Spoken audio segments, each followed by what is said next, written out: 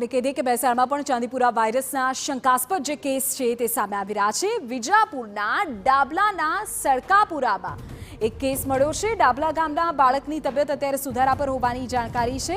ખેરાલુના વરેઠા ગામે શંકાસ્પદ ચાંદીપુરા વાયરસથી બાળકનું મોત નીપજ્યું। આપણે કહી દઈએ કે 3 દિવસથી અસરગ્રસ્ત વિસ્તારમાં આરોગ્ય વિભાગ દ્વારા સર્વે કરાયો।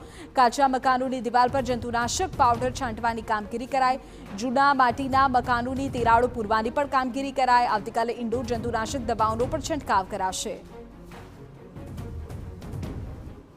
અમે લોકોએ અમારા જે કેસો બને છે આજુબાજુના જેટલા પણ વિસ્તારો છે એ તમામે તમામ વિસ્તારમાં છેલ્લા 3 દિવસે સઘન કામગીરી ચાલે છે અને તમામે તમામ જે ગામો છે એ ગામોની અંદર અમારી ટીમોએ સર્વે કરી અને જૂની માટીના મકાનો પ્લાસ્ટર વગરના દિવાલોની તિરાડો માટીના લીપણ પૂરવાની જે કામગીરી જે છે એ પણ અમે એના જે આજુબાજુના વિસ્તાર છે એને પણ સમજાવી છે।